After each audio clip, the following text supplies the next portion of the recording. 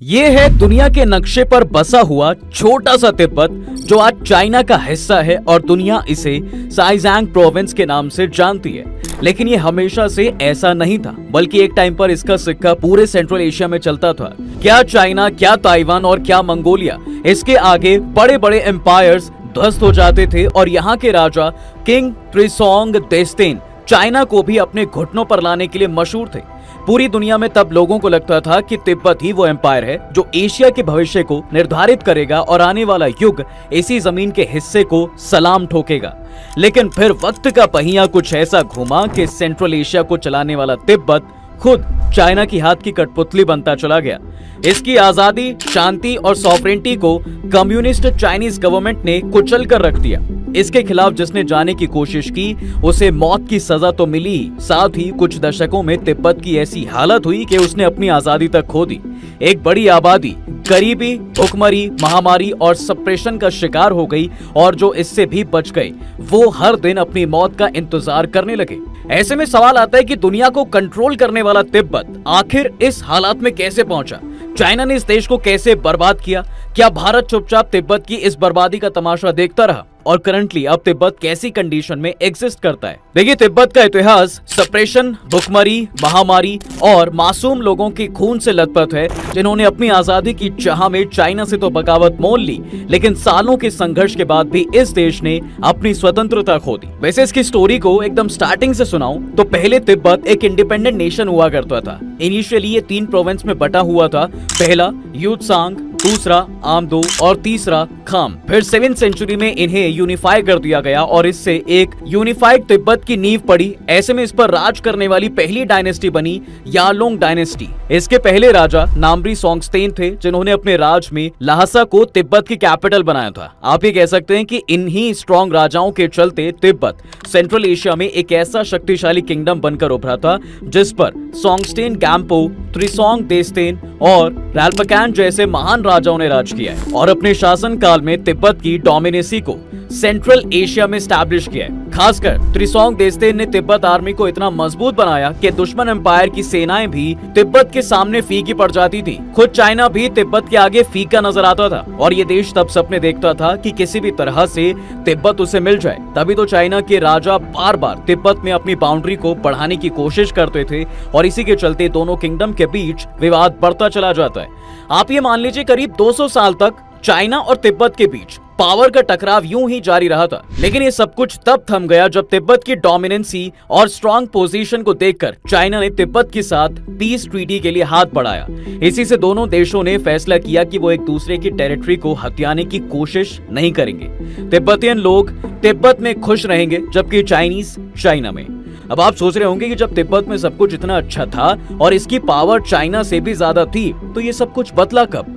ये सब बदला बुद्धिज्म के तिब्बत में आने से। इसी के चलते सबसे पहले तो यहाँ के राजा ने और फिर यहाँ की प्रजा ने बुद्धिज्म से अपना नाता जोड़ लिया। आलम तो ये रहा कि 755 AD में केवल 20 साल की उम्र में तिब्बत का राजा बुद्धिज्म से कुछ यूं जुड़ गया कि उन्होंने नॉन वायलेंस और पीस के रास्ते को चुन लिया। इससे बुद्धिज्म तो तिब्बत की आइडेंटिटी बन ही गया था, लेकिन एक एम्पायर की नजर से तिब्बत कमजोर पड़ता चला गया। पॉलिटिकली इसकी लेगेसी छिनती चली गई और नतीजा ये रहा कि 1240 AD में मंगोल्स ने तिब्बत पर कब्जा कर लिया। मगर कमाल था कि अपने रूल में मंगोल्स ने ना तो तिब्बत की रिलीजियस ऑटोनॉमी के साथ छेड़छाड़ की और ना ही तिब्बत और चाइना के हिस्सों को एक दूसरे में मिलाया। ऐसे में तिब्बत में कई एम्पायर्स बदलते चले गए और चाइना में भी कई डायनेस्टीज आई और गईं, लेकिन चाइना का तिब्बत को पाने का ख्वाब कभी नहीं बदला। दोनों देशों के बीच टकराव चलता रहा और चाइना इस ख्वाब में बैठा रहा कि कब उसे तिब्बत मिलेगा। फिर उसका ये ख्वाब आखिरकार 1720 में पूरा होता है, जब आखिरकार चाइना में एक स्ट्रॉन्ग डायनेस्टी का रूल आया। ये डायनेस्टी थी किंग, जिसने तिब्बत को मंगोलों के कब्जों से बचाने की आड़ में वहां से मंगोल का सफाया किया, लेकिन इसके बदले उसने खुद तिब्बत के खाम और आमदो प्रोविंस पर अपना कब्जा जमा लिया। इस प्रोविंस का कंट्रोल हाथ में आते ही किंग डायनेस्टी ने इन्हें चाइना का हिस्सा बना दिया और इन प्रोविंस का नाम बदलकर किंगहाई कर दिया गया। जबकि तिब्बत का बाकी बचा हिस्सा किंग डायनेस्टी के लिए एक ट्रिब्यूटरी स्टेट बनकर ही रह गया, जिस पर अपना इन्फ्लुएंस बढ़ाने का चाइना ने मौका नहीं छोड़ा।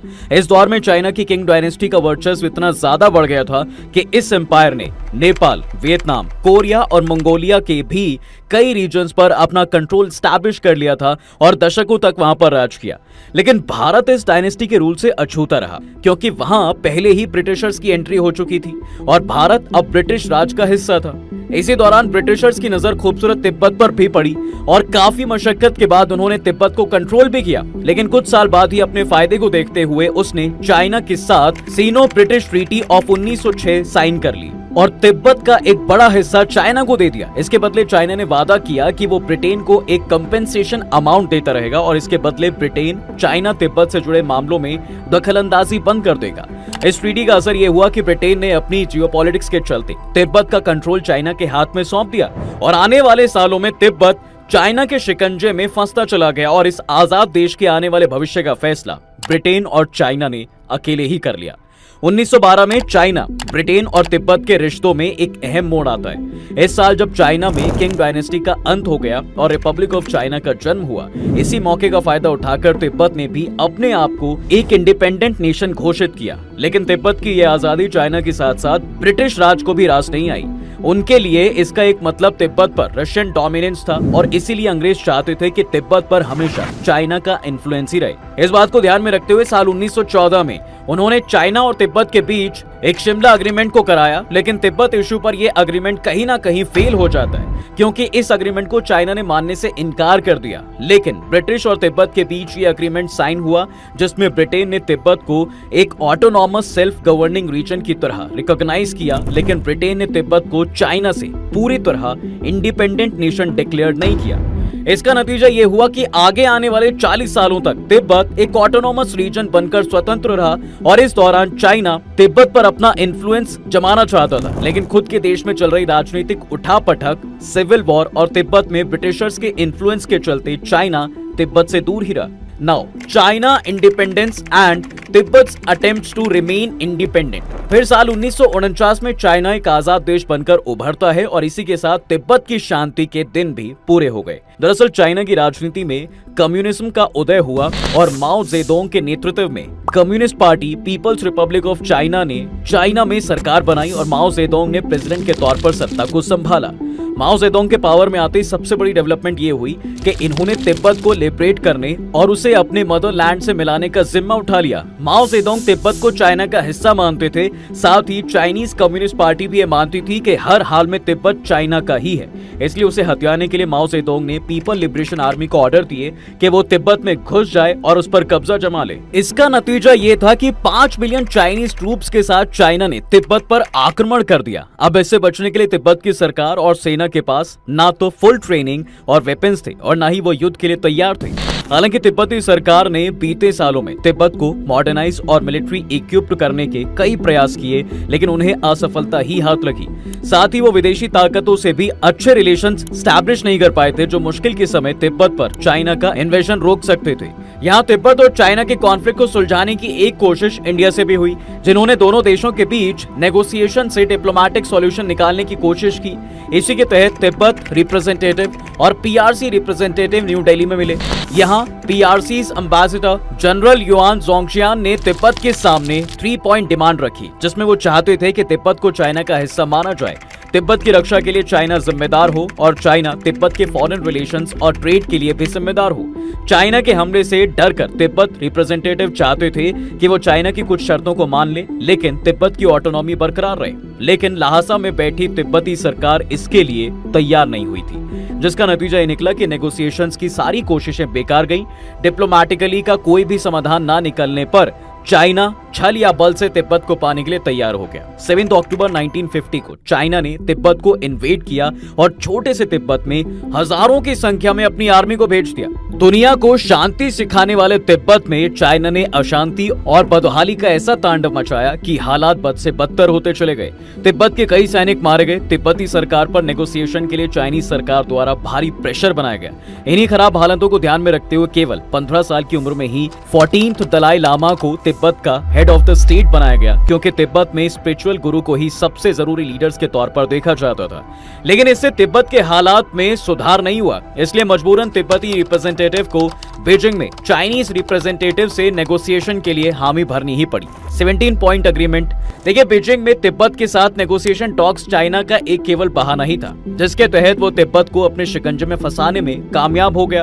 दरअसल इस अग्रीमेंट में लिखा था कि तिब्बत पर चाइना का अधिकार होगा, लेकिन साथ ही साथ अग्रीमेंट में चाइना ने यह भी वादा किया था कि तिब्बत की ऑटोनॉमी बरकरार रहेगी, तिब्बत में सदियों से चले आ रहे बुद्धिज्म का सम्मान किया जाएगा और तिब्बत के एग्जिस्टिंग पॉलिटिकल सिस्टम में चाइनीज गवर्नमेंट द्वारा कोई बदलाव नहीं किया जाएगा। साथ ही 17 पॉइंट अग्रीमेंट में यह भी कहा गया था कि दलाई लामा के स्टेटस, पावर और पोजीशन से कोई छेड़खानी नहीं होगी। हालांकि तिब्बत को चाइना के पहले पॉइंट से साफ इनकार था, लेकिन चाइना के बाकी पॉइंट्स को मद्देनजर रखते हुए इस अग्रीमेंट को तिब्बत ने मान लिया। यहाँ नेगोशिएशन की आड़ में चाइना ने तिब्बत से अपना फैसला मनवा जरूर लिया, लेकिन आने वाले सालों में वो अपने प्रॉमिसेस पर खरा उतरने में बुरी तरह फेल हो गया और ये 17 पॉइंट अग्रीमेंट ही तिब्बत के लिए एक बड़ी मुसीबत बन गया। अगर आप सोच रहे हैं कि वो कैसे, तो बता देते हैं कि वो ऐसे हुआ कि रिलीजियस फ्रीडम और तिब्बत की कल्चर को बचाने का ढोंग चाइना से ज्यादा सालों तक नहीं चल पाया। एक एक करके चाइना खुद अपने अग्रीमेंट से मुकरने लगा और चाइना न केवल तिब्बत के पॉलिटिकल सिस्टम में दखलंदाजी करने लगा, बल्कि चाइना ने तिब्बत की मॉनेस्ट्रीज और रिलीजियस इंस्टीट्यूशन को भी इन्फ्लुएंस करना शुरू कर दिया। साल 1954 में दलाई लामा चाइना के दौरे पर जाते हैं और वहां के मॉडर्नाइजेशन, डेवलपमेंट्स और इंफ्रास्ट्रक्चर से वो काफी प्रभावित होते हैं और उनकी ही तरह कई लामा को चाइना के दौरे पर बुलाकर उन्हें पूरी तरह अपने इन्फ्लुएंस में लाने की कोशिश करते हैं। लेकिन तिब्बत में चाइना डेवलपमेंट और मॉडर्नाइजेशन को इंट्रोड्यूस करने के बजाय उनके रिसोर्सेज को एक्सप्लॉइट करने लगता है। चाइना का तिब्बत को लेकर वन कंट्री, वन कल्चर और वन नेशन का ख्वाब होता है, जिसे माओ जेडोंग पूरा करने के लिए सभी पैतरे अपनाते हैं। धीरे धीरे करके चाइना तिब्बत के ट्रेडिशंस और कल्चर को खोखला करना शुरू करता है और तिब्बत से उसकी आजादी भी कॉम्प्रोमाइज हो जाती है। साल 1956 में दलाई लामा भारत के दौरे पर आते हैं और यहाँ तिब्बत के गुरिल्ला फाइटर से मुलाकात के बाद उन्हें तिब्बत में चाइना की बढ़ती मजबूत पकड़ का एहसास होता है, जो आने वाले सालों में और भी तेज हो जाती है। चाइना अपने कल्चर को तिब्बत पर कई मायनों में इम्पोज करता है, जिससे लोगों में गुस्सा, फ्रस्ट्रेशन और विद्रोह की भावना बढ़ने लगती है। चाइना तिब्बत को लिबरेट करने के बजाय अपनी ताकत के तले उसे इम्परलाइज करने के लिए एक एड़ी चोटी तक का जोर लगा देता है। तिब्बत में आम लोगों को ही भारी सप्रेशन का शिकार होना पड़ता है। कई जगहों पर गांव तक को आग लगा दी जाती है। ढेर सारे वॉर क्राइम्स होते हैं। Uprising and annexation of Tibet. देखिए, साल 1959 में तिब्बत में विद्रोहों की एक ऐसी आग देखने को मिलती है जिससे पूरे तिब्बत में हंगामा मच जाता है। चाइना के खिलाफ तिब्बत की जनता प्रोटेस्ट पर उतर आती है।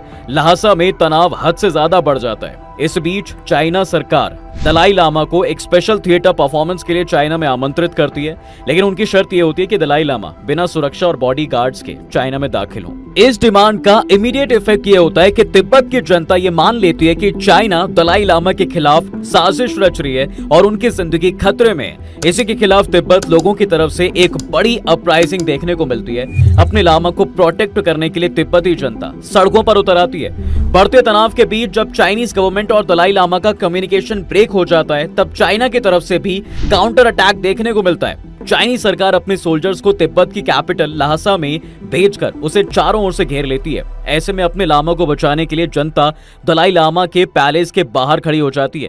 12 मार्च 1959 को दलाई लामा जब अपने ऑरेकल से इस स्थिति से निपटने का समाधान मांगते हैं, तो वो उन्हें तिब्बत से जाने के लिए कह देते हैं। ऑरेकल मेडिटेशन के दौरान पेन से पेपर पर आउटलाइंस बनाकर उन्हें तिब्बत से बाहर निकालने का मार्ग दिखाते हैं। इसी बीच ल्हासा के जुएल पार्क के पास दो बड़े भीषण धमाके सुनाई देते हैं। ऐसे में जब बचने की उम्मीद ना के बराबर हो जाती है, तब दलाई लामा अपनी माँ, बहन और कुछ टॉप ऑफिशियल्स के साथ भेष बदलकर पैलेस से भाग जाते हैं और ल्हासा शहर के बाहर निकलने का रास्ता खोज निकालते हैं। इस दौरान चाइनीज मिलिट्री तिब्बत को इन्वेड करके उस पर अपना कंट्रोल एस्टैब्लिश कर लेती है और इसी के साथ तिब्बत की आजादी का भी अंत हो जाता है। Dalai Lama escape and asylum in India. Lhasa से निकलकर दलाई लामा भारत का रुख करते हैं। दूसरी तरफ चाइनीज गवर्नमेंट दलाई लामा को पकड़ने के लिए एक्सटेंसिव सर्च ऑपरेशंस को अंजाम देती है। कई प्लेन्स को दलाई लामा की खोज में लगाया जाता है, लेकिन कई रातों तक चलते चलते दलाई लामा ईस्टर्न हिमालयाज की पहाड़ियों पर पहुंचते हैं। हालांकि एक बार चाइनीज प्लेन्स काफी करीब से भी गुजरते हैं, लेकिन वो दलाई लामा को पहचानने में चूक कर जाते हैं। इस सफर में बिना पानी, खाना और शेल्टर की वजह से दलाई लामा को काफी परेशानी से गुजरना पड़ता है। लेकिन इस दौरान उनको मदद अमेरिका के CIA से मिलती है, जो कि इंडिया और तिब्बत के हिमालयन रीजन में पहले से ही स्टेशन थे। दरअसल अमेरिका को डर था कि China Tibet conflict third world war की शुरुआत न कर दे। इसके अलावा कोल्ड वॉर के चलते सोवियत यूनियन पहले ही चाइना का अलाय देश था, इसलिए अमेरिका को भी तिब्बत को सपोर्ट देना जरूरी था ताकि कम्युनिज्म के एक्सपेंशन को काउंटर किया जा सके। इसलिए अमेरिका की CIA तिब्बत के रिमोट एरियाज में तिब्बतन लोगों को गुएरिल्ला वॉरफेयर की ट्रेनिंग दे रही थी और उन्हें चाइना के खिलाफ तैयार कर रही थी। दूसरी तरफ 2 हफ्तों तक चलने के बाद दलाई लामा आखिरी तिब्बतियन विलेज पर पहुंचते हैं, जो इंडियन बॉर्डर पर था।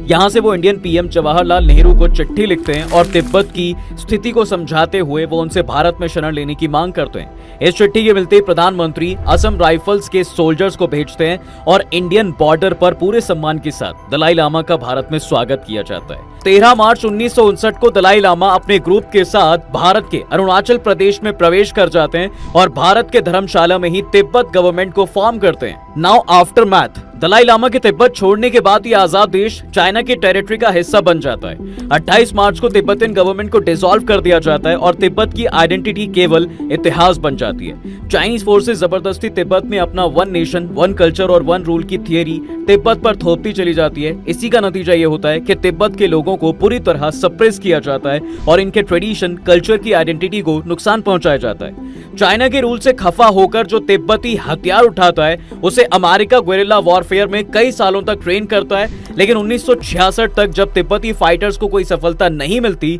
तो इस मिशन से अमेरिका भी अपने हाथ पीछे खींच लेता है और इसके बाद चाइना का तिब्बत पर अत्याचार और भी तेजी से बढ़ने लगता है। तिब्बत में 6000 से ज्यादा बुद्धिस्ट मोनेस्ट्रीज को तबाह किया जाता है, कल्चरल साइट्स को भी तबाह कर दिया जाता है। साल 1966 से 1976 के बीच हजारों लाखों तिब्बतन्स या तो चाइना के सप्रेशन से मारे जाते हैं या फिर भूखमरी से ही मर जाते हैं। जो तिब्बत चाइना की तरह डेवलप होने के सपने देख रहा था, वहाँ लोगों में गरीबी, भूखमरी और भी ज्यादा बढ़ती चली जाती है। इतिहास में जिस तिब्बत ने कभी फैमिन्स को नहीं झेला, वो चाइना के रूल में एक बड़े फैमिन से गुजरता है, जिसमें 3 लाख से भी ज्यादा मासूम तिब्बती लोग अपनी जान गंवा बैठते हैं। चाइना तिब्बत के नेचुरल रिसोर्सेज को भी बुरी तरह से एक्सप्लॉइट करता है और ज्यादा फॉरेस्ट को तबाह करके उनके रिसोर्सेज को एक्सप्लॉइट कर देता है।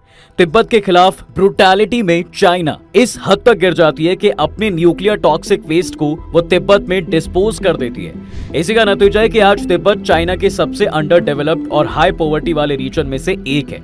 कभी खूबसूरत और शांति का प्रतीक कहलाने वाले इस देश में आज केवल दुख और बदहाली दिखाई देती है। हालांकि चाइना के रूल के खिलाफ तिब्बत में आवाज कई बार उठी है, लेकिन तिब्बत का अब चाइना के चंगुल से निकलने का हसीन ख्वाब केवल एक ख्वाब ही है और चाइना तो इसे पॉवर्टी फ्री स्टेट के तौर पर दिखाते हैं। अब इसी के साथ हम आपसे विदा लेते हैं। आपको तिब्बत के राइज एंड फॉल की कहानी कैसी लगी कमेंट सेक्शन में जरूर बताएं। साथ ही वीडियो को लाइक शेयर जरूर करें और चैनल को सब्सक्राइब जरूर कर दें।